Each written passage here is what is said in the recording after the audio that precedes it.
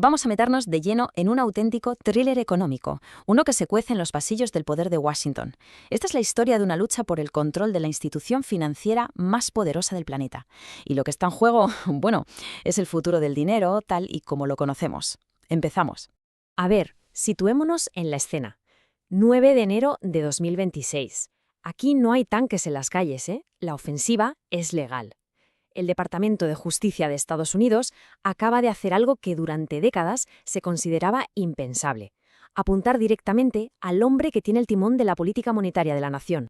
Así que la pregunta es inmediata, y la verdad es que pone los pelos de punta. ¿Cómo es posible que el gobierno de un país investigue a su propio Banco Central esencialmente por hacer su trabajo? Esto no era un crimen financiero normal, era algo distinto, lo que algunos han llamado un crimen de política. Vale, para entender cómo se llegó a este punto de no retorno, tenemos que analizar dos cosas clave de ese momento. Por un lado, la citación judicial en sí misma, y por otro, una teoría muy peculiar que hasta ese día había dominado Wall Street. Durante años, los mercados se movieron siguiendo este modelo psicológico. TACO, así como suena. La idea era que la administración Trump tenía una tolerancia bajísima al dolor en la bolsa, y los traders creían que le habían pillado el truco, que habían descifrado el código para predecir sus movimientos.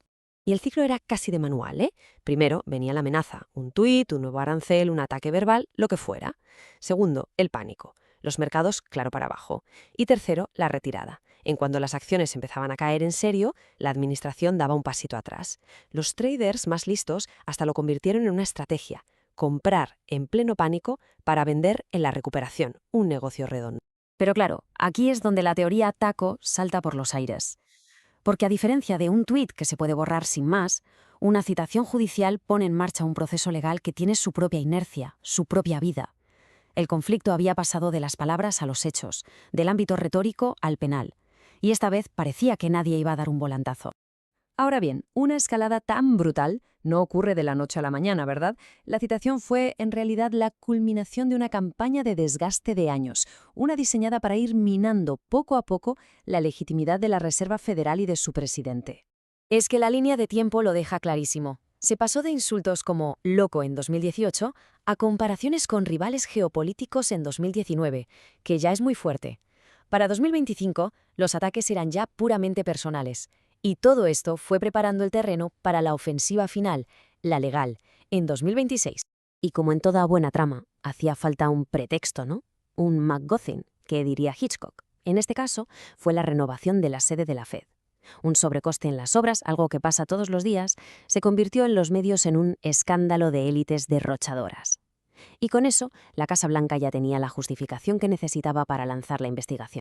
Y aquí está la madre del cordero, el campo de batalla legal. La ley dice que se puede destituir a un gobernador de la Fed por causa justificada. Pero claro, nunca definió qué significa exactamente eso.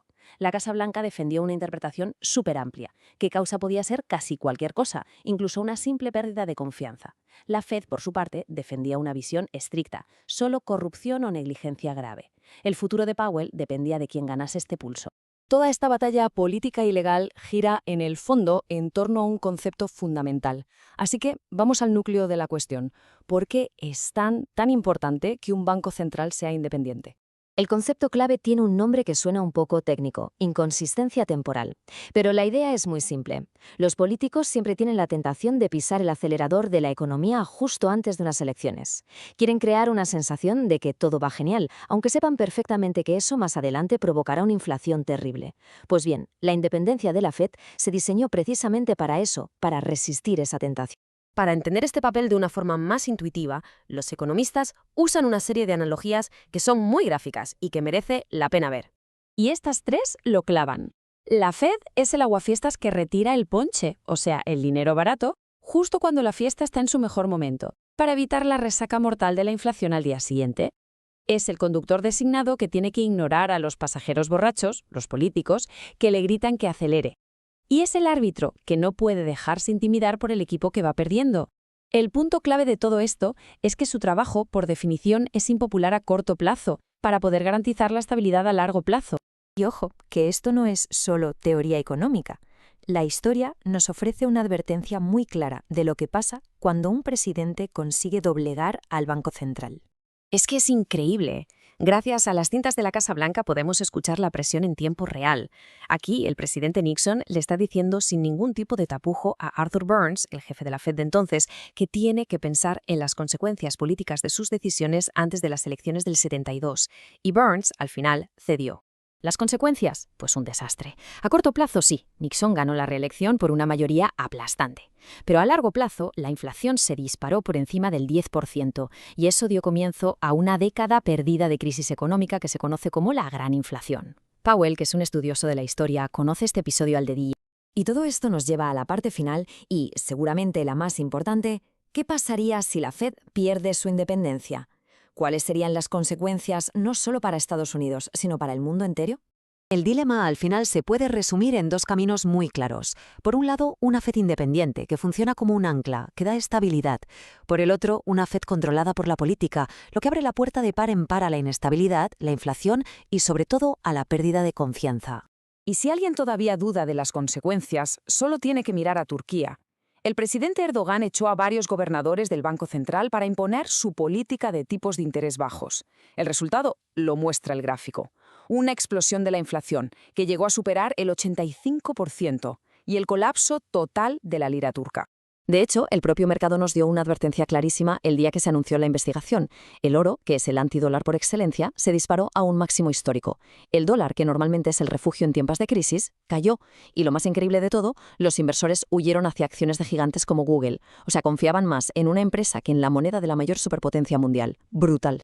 Todo esto pone en riesgo lo que se conoce como el privilegio exorbitante de Estados Unidos.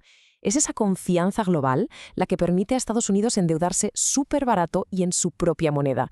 Y esa confianza no se basa en el poder militar, no. Se basa en algo tan aburrido y predecible como la independencia de su banco central. Si esa confianza se rompe, el privilegio se esfuma.